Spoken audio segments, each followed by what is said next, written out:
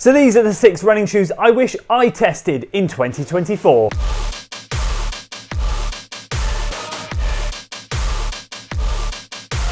So here we are wrapping up the end of year shoe review videos. I've done my running shoe awards, I've done my daily speed and long run shoes, and now we're here to talk about the ones I wish I'd managed to test. Now I didn't pick these shoes up maybe because of the price point, maybe because they didn't do my size initially but then released my size later, or potentially there were multiple shoes released in and around the same time, which is usually the case, and I only had the budget at the time for one of those pairs of shoes. But of course I sit down now and I think, man, I wish I'd have managed to test that one out during this year at some point. It doesn't mean I won't be picking them up at some point, however most of them probably the ship has sailed. Let's get into this list of 6 shoes. And we'll kickstart with the New Balance Rebel version 4. I really wish I'd managed to get my hands on a pair of these. I think I was in safe hands with the Hoka Max 6. I've heard very similar comparisons between these 2 shoes, and I have had the Rebel version 2 before, but sadly that shoe didn't quite work out for me and didn't last as long. I do know they've made vast changes since version 2, and I'd have loved to have got my hand on this. If you know me at all by now, you'll know that I love to train in non-plated shoes. So if there's ever a lightweight shoe with decent cushioning that's relatively light and nimble and fast, I'm all over it like a rash. I love to train without plates so that I can save those for race day. I do tend to drop in plated shoes here and there into training, maybe once a week at a push, but I do try and avoid them. And the Rebel version 4 seemed to tick all the boxes. Now initially this shoe didn't release in my size. New Balance have seemingly stopped to release 13.5, which is my UK size for New Balance in particular, and they never seem to stock anything at all. However, what I have noticed is third-party retailers seem to pick up the odd 13.5 UK size. Tim Gross managed to pick up a pair when they released straight away in the UK back earlier in the year, but it seemed to be literally the only pair that was out there. I discussed it with him and heard his thoughts, but I really wanted to hear more and test it out myself. And most recently, they've released a blue colorway, which has released in my size, but only on third-party retailer sites. Run Northwest, Sports Shoes, other places like that are all stocking it now, and I kind of feel like because I've used the Max 6 and now I have the Nova Blast 5, I might not need this shoe anymore. But I do kind of wish that New Balance had released this in my size in bigger quantities earlier in the year, because I think it would have been definitely one I'd have picked up. And the next one is the Hoka Cielo X1. I really was turned off by this shoe by the fact that the price point was so high and the weight was so much. I did think to myself at the time, why would I pay so much money for a shoe that weighs so much when it's putting itself into the super shoe racing category? However, as the year has gone on, I have just heard glowing reports about this shoe. Such positivity coming out from it, with the only negatives being the 2 things that I stated, which to be fair are quite big. But a lot of you ended up using it for training rather than racing, and you've literally said it has been the best training shoe for marathons and longer distance races that you have found all year. And in terms of durability, again, I've heard so many good reports of this going the distance in terms of mileage. So I do see it on discount right now for around £175, but I also know that version 2 is coming next year in a much lighter weight package, which I think is going to tick a lot of people's box. The Hoka Carbon X was my very first racing shoe, and I was a massive fan. The Rocket X as well I had, and I loved it as well. Durability on that one wasn't fantastic. Never tried the Rocket X2, but again, I know you guys love that one as well. And the Cielo X just kind of tipped it away from me from the fact that price and weight. However, one interesting thing is I put a poll out on Instagram, a question to you guys saying what has been your shoe of the year, and the honest answer is about 70% of you ended up saying the Super Blast 2, but the next answer behind that was actually the Cielo X1. And when a few of you directly messaged me and said, Andy, you must try this shoe, the reasoning simply was it is a great mileage hog shoe. If you're going to marathon train again and you love the Adios Pro 3, definitely consider picking this one up instead if you can get it on discount. And the Puma Deviate Nitro Elite 3 comes in next. This is the one that I promise you I have been chasing down all year. I've done my best to get my hands on a pair, but I have failed miserably. I don't normally have sizing issues in Puma. They are one of the brands that does make my size when it comes to racing shoes. It might not be on initial launch, but later down the line, they often do a UK size 13. And actually, I have had zero success this year. Trying to get hold of a pair, I have been keeping my eye on when the new color drops have been, and absolutely nothing. I've really struggled. I think you can pick some up on places like StockX and other websites selling them for for a lot of money, but to be honest with you, I don't want to go and pay over the odds.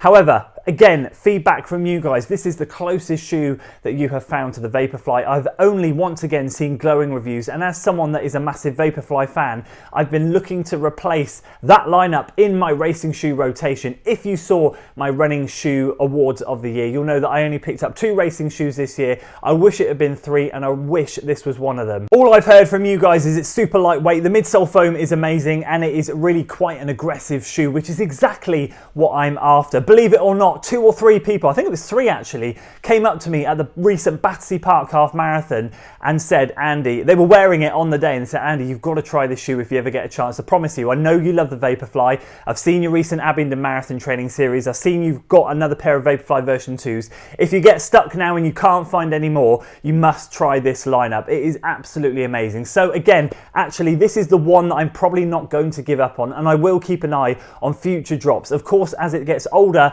it is going to come down in price. Again, I've already seen that on discount as well. I'm just hoping that a UK 13 pops up at some point. I am denied about putting the Zoom Fly 6 in this list because it's only really just come out in the last couple of months, but I am going to put it on there because ultimately I've spent my budget now for December on the Nova Blast, and my budget in January is earmarked, fingers crossed, for the Adios Pro 4. If they do my size. Again, Adidas are one of those brands that might or might not do my size on initial launch. They will at some point, but if it is, I want my money saved for that shoe. So it means I definitely won't be picking up for a couple of months anyway. But again, this is a shoe that a lot of you guys have really sung high praises of. And believe it or not, I'm in the opposite camp to a lot of you, where I actually quite enjoyed the Zoom Fly 5. I thought it was a great cruiser. Yes, it was excessively heavy. Yes, it didn't need to be as bulky as it was, but I've always got on with the Zoom Fly series. I've had the Zoom Fly, the original version. I've had the version 3, bit clumpy, but I still raced in it, still quite enjoyed it. And the 5, again, it was pretty darn decent. And despite the fact that the Zoom Fly 5 is a little bit of a unit, well, a little bit might be a bit of an exaggeration, quite a bit of a unit, it is, as I said, something that just really ended up working for me. So to hear the changes they made in the 6, to see it looks visually a lot more like the Vaporfly version 3. For me, I haven't really got on with the Vaporfly version 3, but I gather with a different setup in it and with it being geared more towards being a trainer, I feel like it really could work quite well for me. I would love to give it a go at some point, so I'm just going to throw that one in there too. And the 5th one is the Adidas Boston 12. This is one that has intrigued me most of the year, and this is the one that keeps coming up in the comments every single time. You guys, once again, keep banging the drum about this shoe, and I do wonder if I've missed a trick on it. I'm sure at some point they're going to be on big discount, but then of course it comes into the fact that whether I need to pick it up because I've got other shoes in my rotation that do that job. However, as far as I'm concerned, if it's got Light Strike Pro in it, which it seems to have a splice of it in there, it's got the energy rods in there, it looks a pretty comfortable ride. Weight doesn't seem to be too much. It does seem to be on the slightly heavier side compared to other shoes in and around that category, but at the end of the day, it won't bother me too much if it's a super smooth ride. Now, as you know, I've used the Adios Pro 3 pretty much all year to log so many miles. If I can get something similar to that, I'd be really, really happy. I know, don't get me wrong, the Pro 3 is set up to be a racing shoe. It's going to be much lighter weight, and the geometry of that shoe is also going to be more aggressive. But again, I've heard so many of you have literally used this shoe all year, soaked up so many miles. And again, it's one of those ones that I do wonder whether I should maybe try and pick up at some point if I can see a crazy discount on it. And finally, the 6th shoe that I wish I'd have picked up this year is the Hoka Mach X2. I absolutely loved the Hoka Mach X. This was one of my favorite shoes of last year, and I think from memory it was about the 2nd or 3rd quickest shoe that I managed to get to 100 miles last year. Honestly, absolutely brilliant. It was actually sent to me, that one, by Pro Direct Running as I was gearing up for the Oxford Half Marathon. I didn't race in it, but they sent it to me as a training shoe. I tested it and I absolutely fell in love. Obviously, I've got no obligation to say anything for this shoe. They just sent it to me for the purpose of testing. But as I said, it flew to 100 miles and I used it and I absolutely loved it. And the reason I loved it is I really rated their new Pebaert-based midsole. It was the first taste that I had of that midsole in any Hoka shoe. So not only have I been impressed this year with the Mach 6 with their more supercritical EVA, with it being a better and more durable midsole foam than previous years, I am now super impressed by that Pebaert-based midsole that they're using. Now, I'm not even going to say this is a downside in any way, shape or form, but you could say if you wanted to nitpick that it was slightly heavier than some of its competitors. But I gather the version 2 lost weight as well, which is absolutely incredible. So again, you're getting it in a lightweight package. I have heard a criticism of the heel counter. Some of you struggle with it, some of you it doesn't bother you whatsoever, and I gather that's been fixed in the version 3. But to be perfectly honest with you, that does not put me off in the slightest in testing that shoe. And again, that's the 6th one that I wish I'd managed to test this year. A couple of quick other mentions I'll throw out there. Of course, I'd love to test the Asics Superblast. I say it every single time. Asics don't make my size in the super shoes, but of course, they don't in the Superblast either. They only take it up to a 12. I'd love to test the Superblast too. As I mentioned earlier, in the Instagram poll that I put out there, about 60 to 70% of you guys, literally my Instagram feed was littered, the questions answered, Superblast 2, Superblast 2, Superblast 2, and it just made me think, oh man, I love the Nova Blast so much. You guys know that. I think the Superblast would work really well for me. Not to mention the fact that so many of you have put it in the comments in my videos over the year. And the other one is the On Cloudboom Strike, I think it's called, their racing shoe. And I know that might seem a little bit of a weird one, but I was a huge fan of the On Cloudboom Echo 3. I really loved it. That's the one where they said it's good enough for 4 marathons. Now, I trained in that shoe quite a bit. I got it over that 4 marathon point, and I really enjoyed it. I preferred the firmer setup of it. I'm a massive fan, actually, of the firmer midsoles as opposed to super soft stuff, which is why I love the Saucony Endorphin Elite version 1.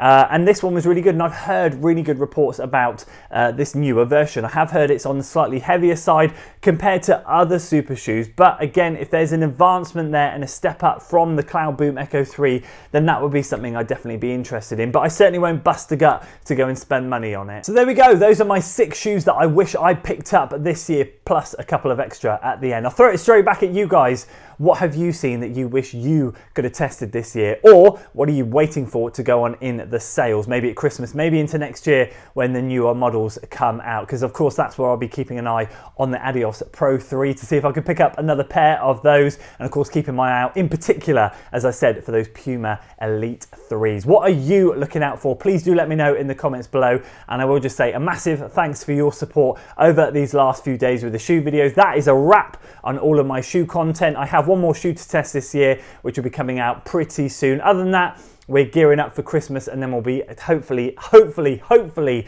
getting our hands on a pair of those Pro 4 in the new year. And I guess we'll have to wait for the Evo SL until March. Other than that, guys, I appreciate your support. That's it from me today. I hope you enjoyed it. If you did, please do consider giving it a like, share it with your friends, and of course, subscribe to the channel for weekly running content, and I'll see you on the next one.